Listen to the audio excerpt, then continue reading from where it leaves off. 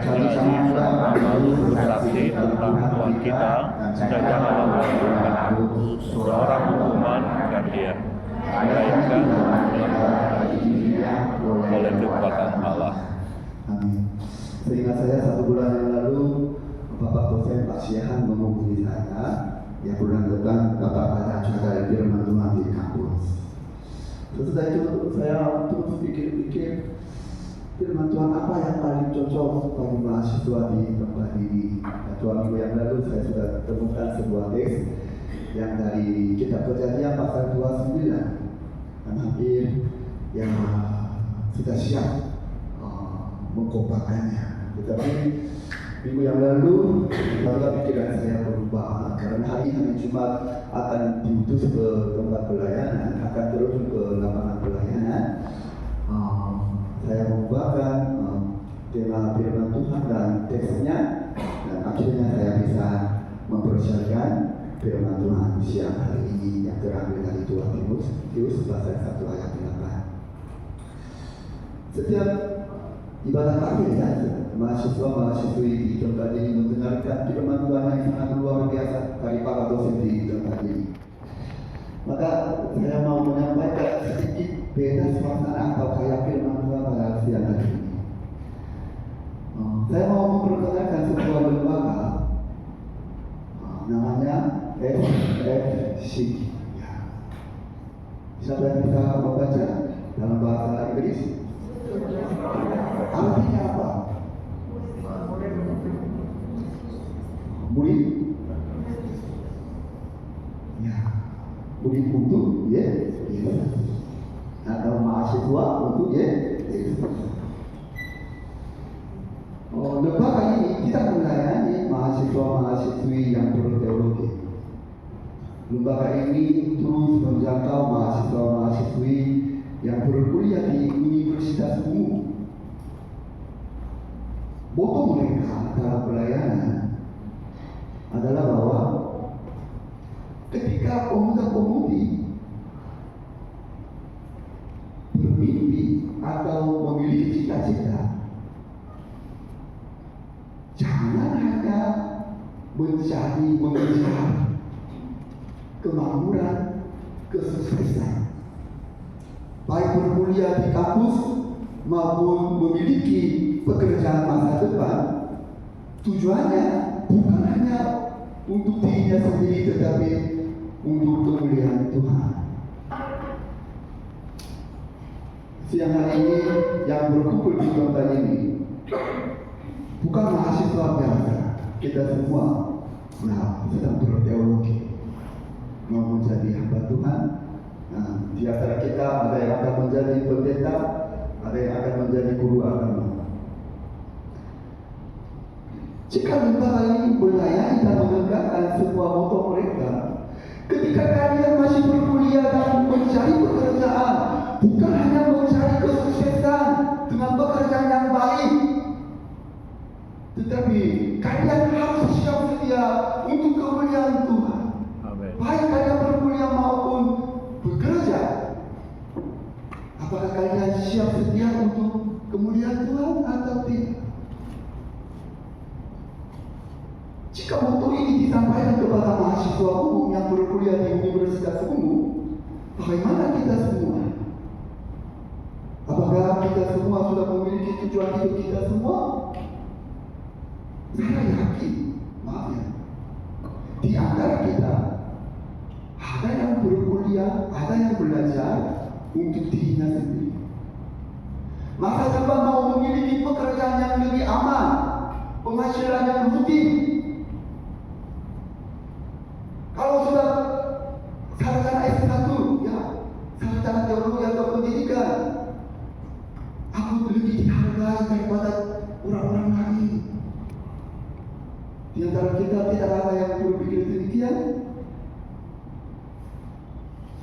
Saya mau tanya kepada saudara-saudari yang ada di tempat ini, kenapa kita berkuliah di tempat ini? Musa,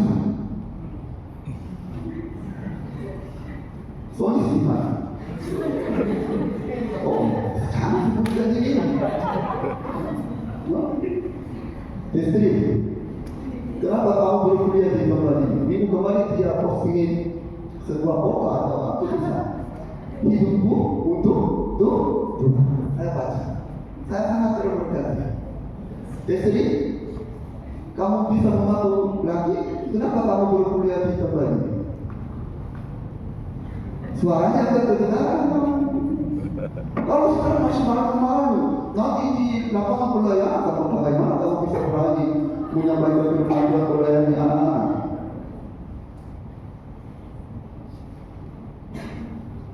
Kenapa kita mempersiapkan masa depan? Untuk dirinya sendiri atau untuk kemuliaan Tuhan? Tadi salah satu dosen sudah menjawab untuk kemuliaan Tuhan, tetapi tadi adik-adik yang ada di tempat ini masih belum ada yang mengeluarkan suara amin. Aku siap untuk kemuliaan Tuhan. Aku hidup untuk kemuliaan Tuhan. Amin.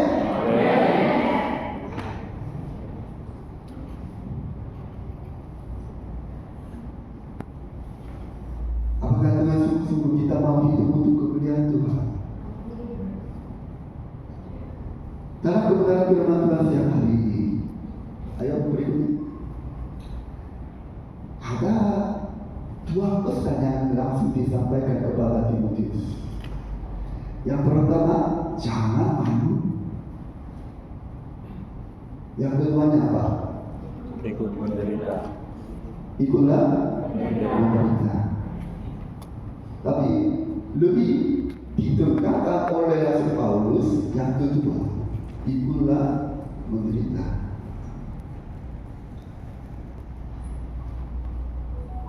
Dua Timotius ini memang ditulis di dalam penjara. Ketika Rasul Paulus dipenjarakan di Roma kedua kalinya, dua Timotius ini ditulis. Tetapi dua Timotius ini bukan tergolong sebagai surat penjara, tetapi surat pastoral. Karena Timotius yang telah dipilih sebagai hamba Tuhan, yang akan melayani jiwa-jiwa dan mengembalakan jemaatnya, dia masih muda. Dan lalu Paulus terus mengajar dia bagaimana kamu harus memiliki sikap yang baik sebagai seorang hamba Tuhan. Bagaimana kamu bisa mengembalakan jemaat dengan baik. Ada dua poin. Yang pertamanya, jangan malu. Yang kedua, ikut menderita. Siang hari ini saya lebih fokus ke kedua, ikut menderita. Bagi kemuliaan Tuhan, bagi kerajaan Allah, Timotius dihimbau oleh Rasul Paulus. Bagi kemuliaan Tuhan, kamu harus siap sedia menderita. Kamu harus menderita bagi Injilnya. Pada zaman ini, baik di Korea maupun di seluruh dunia, baik di Indonesia maupun di gereja-gereja di seluruh dunia, di dalam pelayanan gereja, banyak jemaat datang dan beribadah. Tetapi salah satu tujuan datangnya mereka ke gereja bukan untuk kemuliaan Tuhan atau Injil atau kerajaan Allah. Kalau kita mengecek keinginan mereka terus meminta berkat jasmani. Orang yang sakit meminta kesembuhan, orang yang mengalami ekonominya buruk mereka meminta kesuksesan.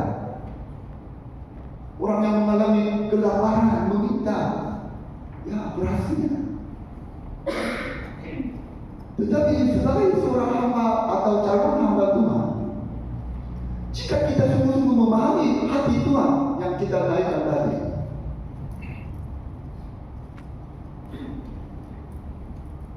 hati Tuhan sudah tertera di dalam Alkitab, yaitu secara langsung di dalam amalan Agung. Walaupun kita menderita di lapangan pelayanan maupun dalam hidup sehari-hari, konsentrasi kita, perhatian kita harus diarahkan kepada Tuhan atau ke pelayanan.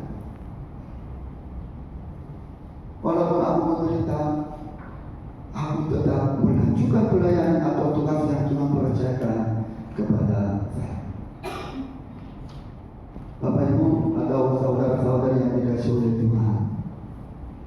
Saya mau tanya kembali, kenapa kita berkuliah? Sama seperti jemaat biasa yang hanya mencari berkat jasmani, kita yang ada di tempat ini tidak mencari berkat-berkat jasmani ekonomi. Di dalam kekristenan kita hanya datang ke gereja, melayani gereja untuk menerima berkat. Alkitab pada siang hari ini mengundang kita semua. Jika kalian dengan sungguh-sungguh mau melayani Tuhan, ada dua tingkah laku yang kalian harus tunjukkan. Yang pertama, jangan malu. Yang kedua, menderita untuk kemuliaan Tuhan, untuk Injil. Selama 4 tahun ketika kita berkuliah di tempat ini, antara masa ini adalah masa pelatihan bagi kita semua. Ketika kita menjadi hamba Tuhan tetap atau langsung terus di lapangan pelayanan, supaya kita dengan sungguh-sungguh ikut menderita untuk penginjilan, untuk pelayanan yang Tuhan percayakan kepada kita semua. Kita harus bertekad, aku siap menderita. Bukan mencari keuntungan di dalam pelayanan gereja.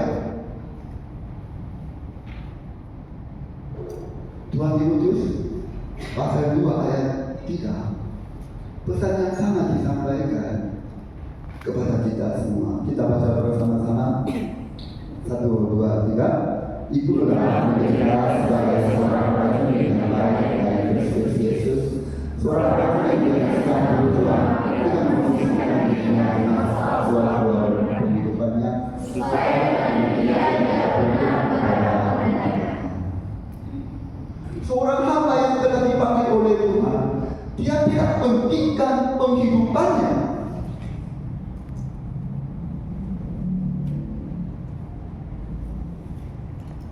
Dia tidak pentingkan uang hidupnya. Walaupun ada menderita, walaupun ada penderitaan, penganiayaan, penindasan di dalam hidup kita semua, seorang hamba yang dipanggil oleh Tuhan memperhatikan hidup kita, keamanan hidup kita, tetapi hanya konsentrasi dalam tugas yang Tuhan percayakan kepada kita. Walaupun ada kerugian, penderitaan, penindasan dari seseorang, kita tetap melanjutkan tugas yang Tuhan percayakan kepada kita. Saya sudah 4 tahun lebih secara langsung melayani sebuah posisi kecil. Selama 4 tahun saya menemukan beberapa pemuda, tapi sekarang tidak ada di gereja lagi. Ada seorang perempuan ikut ibadah dan dia menawarkan bahwa Pak Pendeta, saya mau menjadi hamba Tuhan, saya mau masuk SKT. Dan 1 tahun ke depan, dan 1 tahun berikutnya, ada seorang laki-laki datang, dia tamat SMTK. Dia bilang, Pak, saya sudah ada pengalaman pelayanan, saya mau menjadi hamba Tuhan. Saya lumayan baik di pelayanannya. Sesudah saya dengar tawaran mereka, saya langsung terima dan saya sangat bergembira atas pengorbanan mereka, pengertian mereka. Tidak, saya balas kepada mereka, jika kamu sudah siap sedia menderita untuk hanya nama Tuhan, silakan. Tapi kalau kamu hanya mencari kepentingan dirinya sendiri dalam pelayanan, jangan. Berdoa dulu.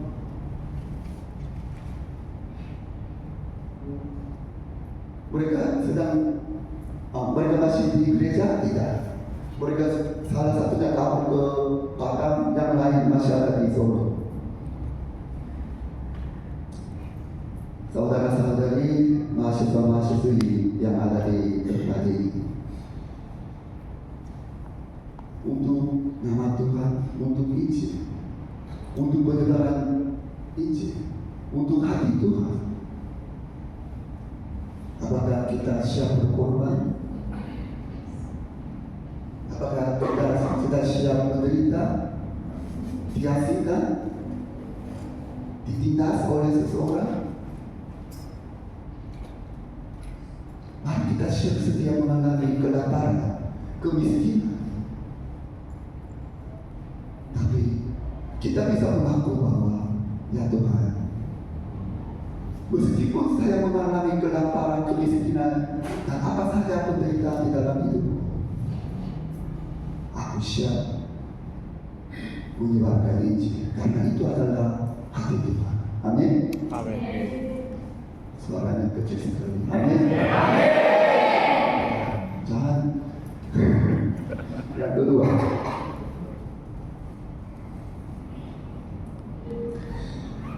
jika kita menghadapi sebuah pergumulan di dalam pelayanan, dalam penyebaran Injil, bagaimana kita bisa mengatasinya, atau bagaimana kita tetap bertahan di dalam penderitaannya? 2 Timotius pasal 1 ayat 8 sudah memberi jawaban kepada kita semua bagian B. Ya, saya sudah warnai ya, oleh kekuatan Allah. Dalam pelayanan gereja, saya sering temukan beberapa jemaat atau beberapa hamba Tuhan. Dia mengambil bagian pelayanan dengan kekuatan dirinya sendiri, dengan kepintaran dirinya sendiri.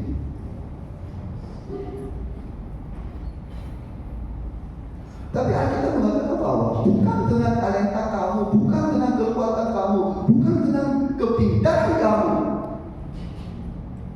tetapi dengan kekuatan Allah. Kalau kita lihat firman ayat tersebut, bukan kata tersebut kekuatan. Di dalam bahasa Yunani, Yunanis. Dan itu bisa ditemukan di kitab Kisah Para Rasul pasal 1 ayat 8. Kita baca bersama-sama 1, 2, 3. Tetapi kami akan menerima kuasa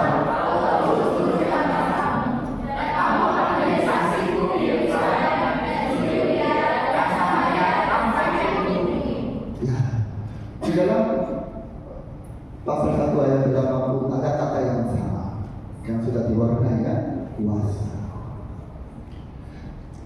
Bagaimana kita bisa sampai bagaimana kita bisa tiba di ujung bumi dengan Injil, dengan kuasa Roh Kudus. Bagaimana kita bisa bertahan di dalam penderitaan untuk melanjutkan pelayanan dengan kuasa Roh Kudus. Bagaimana kita bisa mengatasi segala pergumulan di dalam hidup kita semua untuk nama Tuhan, kuasa Roh Kudus. Bukan kekuatan diri kita sendiri, bukan dengan talenta kita,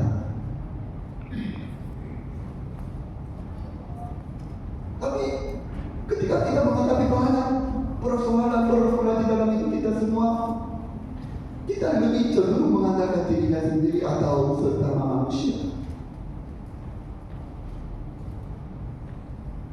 Dan ada banyak jemaat pada zaman ini sangat mengerti peranan Roh Kudus. Kemarin 1 bulan yang lalu saya ketemu seorang jemaat yang melayani di Tabanan. Dia tinggal di Tabanan tapi dia bergereja di Nangka Utara. Dia tanya-tanya kepada saya, Pak Pendeta, saya tahu bahwa ciri-ciri kepenuhan Roh Kudus itu adalah berbahasa roh.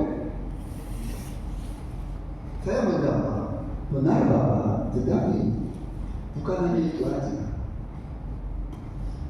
Orang yang penuh Roh Kudus bisa berbahasa roh, tetapi ada yang belum bisa berbahasa roh. Tetapi yang jelas, orang yang penuh Roh Kudus pasti dia mau tiba sampai ke ujung bumi, karena dia sungguh-sungguh memahami kehendak Tuhan. Dia mau tiba di ujung bumi dengan kuasa Roh Kudus. Bukan cuma berbahasa roh. Orang yang penuh Roh Kudus, ketika dia mengalami penderitaan, dia sendiri membuktikan diri dia sudah penuh dengan Roh Kudus. Dia tidak berkompromi dengan apapun yang ditawarkan oleh dunia ini, tetapi tetap melanjutkan menjalani apa yang Tuhan percayakan. saudara-saudara yang ada di tempat ini, dengan kuasa Roh, mari kita hidup untuk nama Tuhan. Dengan kuasa Roh Kudus, mari kita mengatasi segala pergumulan di dalam pelayanan. Mari kita dengan kuasa Roh Kudus, mari kita tetap melanjutkan pelayanan kita, walaupun ada banyak penindasan di dalam hidup kita semua. Amin. Amin. Yang kamu yang baru keluar dari rumah sakit namanya Syakari.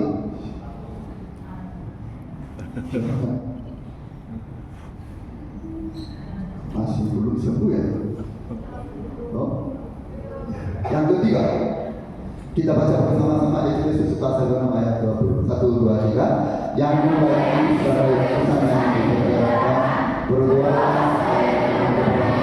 aku menyatakan sebagaimana aku berbicara. Yang Rasul Paulus mau membicarakan apa? Injil. Tapi dia sedang di mana? Kitab Efesus adalah salah satu kitab penjara. Ketika dia menulis surat ini kepada jemaat Efesus, dia masih ada di penjara. Dia minta dukungan doa dan dia sendiri berdoa bagi dirinya sendiri. Untuk apa? Ya, supaya berdoalah supaya dengan keberanian aku menyatakannya sebagaimana seharusnya aku berbicara. Dia sedang mengalami penindasan, penderitaan, penganiayaan. Dia tidak memiliki kebebasan. Dia hanya berdiam di dalam sebuah rumah yang ada di Roma. Pada saat itu dia berdoa bukan untuk keamanan atau keselamatan dirinya sendiri atau kebebasan dan penjara. Dia minta dukungan Tuhan kepada jemaat Efesus bahwa kalian harus berdoa bagiku supaya walaupun aku tetap menderita, tetapi aku tetap menyampaikan kebenaran firman Tuhan kepada orang lain. Ini adalah pokok doa yang diminta oleh Rasul Paulus, pokok doa yang dinaikkan oleh Rasul Paulus kepada Tuhan.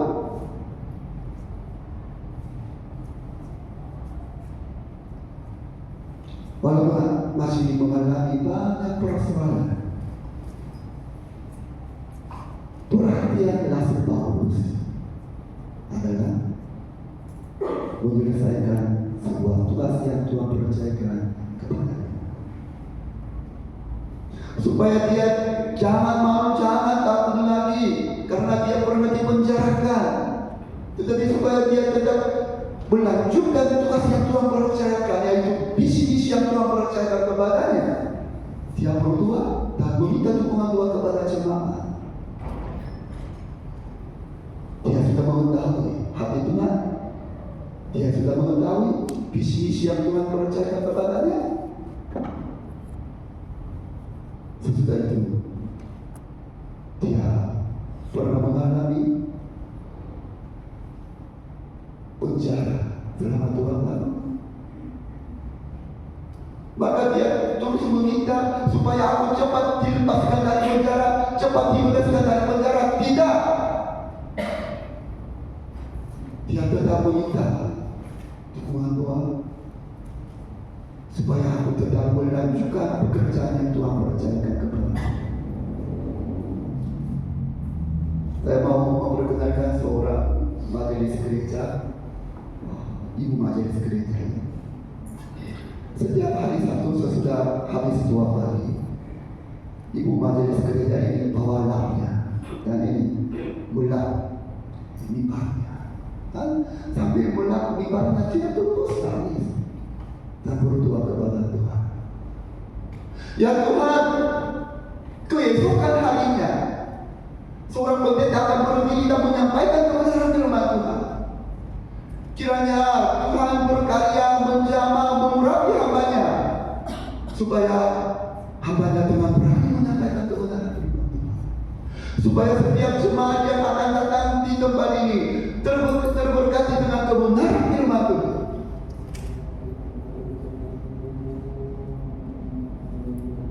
Saudara-saudari, coba mengecek isi doa kita. Di dalam doa kita sering menyebutkan apa? Di dalam doa kita sudah tertera perhatian kita, keinginan kita. Kalau kita sudah mengecek isi doa kita sudah tahu perhatian kita, keinginan kita, kepedulian kita. Apa itu? Kebebasan, kemampuan, kemajuan, kepintaran, kekayaan, kesuksesan. Bukan hati Tuhan.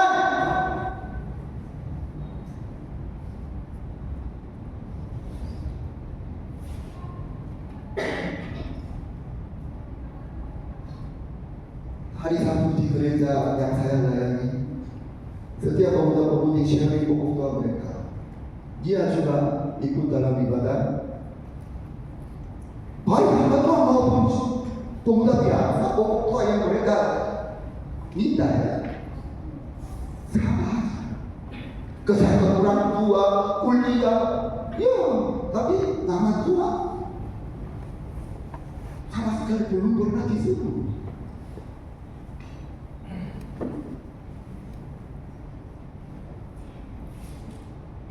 Pada siang hari ini kita bisa menemukan sebuah perhatian Rasul Paulus.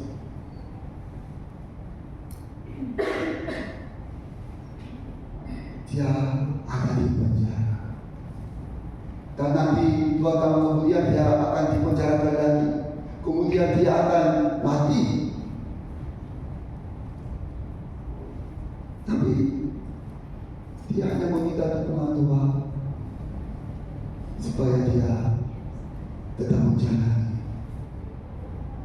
visi-visi yang Tuhan percayakan kepadanya di dalam situasi apapun. Kita baca bersama-sama kitab Filipi pasal 3 ayat 14, 1, 2, 3, dan berlari kepada tujuan untuk berbuat baik, yaitu kami yang sesat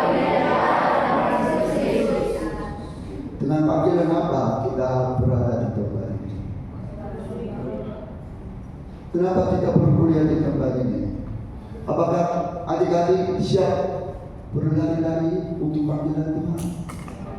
Tadi kita sudah menaikkan satu pujian, ya, untuk hati Tuhan mau itu. Tapi jika kita tidak selarasi dengan apa yang kita naikkan kepada Tuhan, mari kita berdoa bagi diri sendiri, dan mari kita berdoa bagi satu sama lain, supaya setiap kita yang ada di tempat ini, walaupun ada banyak kesulitan di dalam hidup kita semua, tidak berkompromi dengan situasi yang kita hadapi. Tetapi di dalam situasi apapun kita tetap melanjutkan menjalani apa yang Tuhan perintahkan kepada kita semua. Jangan hidup untuk dirinya sendiri, tetapi siap sedialah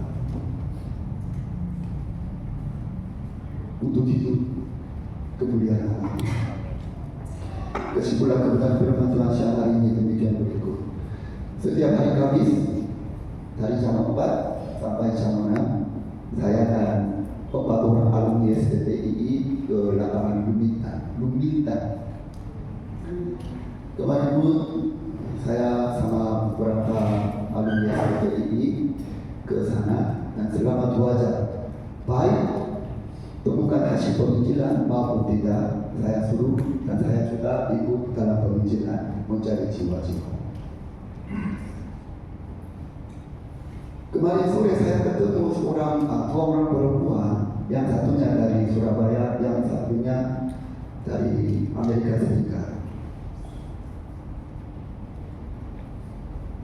Mereka ajak obrol-obrol sama orang-orang yang duduk di taman.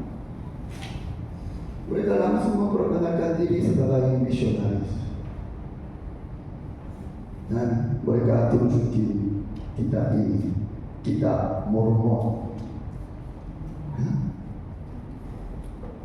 Saya ajak bicara sama mereka, tapi enggak berdua. Saya menyembunyikan identitas saya Dan saya mau belajar semangatnya mereka. Baru tamat SMA, belum pernah berteologi. Apalagi apa yang mereka sampaikan kita menganggap itu sebagai ajaran sesat. Tetapi mereka langsung cari jiwa-jiwa dan walaupun bahasanya kaku, mereka menyampaikan Injil kepada pedagang-pedagang yang ada di sana. Dan berkata bahwa kami hanya sebentar melayani di Bali, tetapi kami akan pindah. Saya tanya, bagaimana kalian pindah? Kalian sendiri ini pindah ke pulau-pulau lain atau tidak? Mereka bilang, kami hanya ikut perintah dari atasan. Gereja sesat pun dengan giat, dengan semangat menyebarkan Injil. Mereka masih belum sama sekali belum berteologi. Tapi bagaimana kita semua? Seminggu ini berapa jam kalian meluangkan waktu menyebarkan Injil? Tapi kita bisa mengatakan amin, aku siap menderita untuk Injil.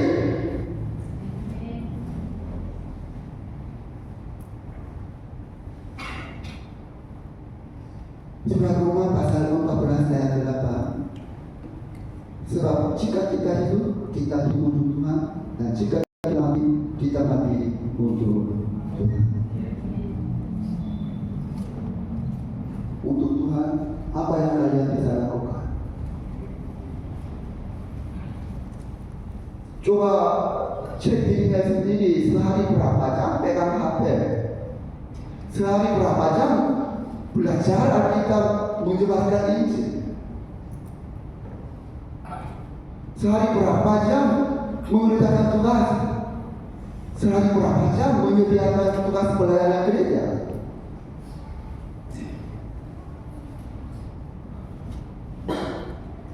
Firman Tuhan pada siang hari ini mengundang kita semua. Apa yang kalian bisa lakukan untuk nama Tuhan, untuk Injil? Apakah kalian bisa mati untuk Injil?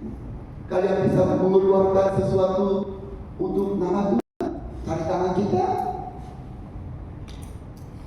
Apakah kita bisa membelakangkan keamanan kita untuk lebih utamakan hati Tuhan? Bukan hanya kita sendiri bekerja di ladang pelayanan, di lapangan penginjilan, tetapi kuasa Roh Kudus menyertai supaya kita tiba di tanah ujung bumi, supaya kita tetap bertahan di dalam penderitaan apapun, supaya kita tetap mengatasi segala pergumulan untuk nama Tuhan. Mari kita berdoa kepada Tuhan, bukan hanya untuk dirinya sendiri, tetapi supaya kita lebih berani menyampaikan kebenaran Tuhan, lebih berani mengunjungi jemaat, melayani mereka, menasihati mereka. Berdoalah bagi diri Anda sendiri dan berdoa bagi satu sama lain. Saya mengundang kita semua dudukkan kepala dan berdoa dengan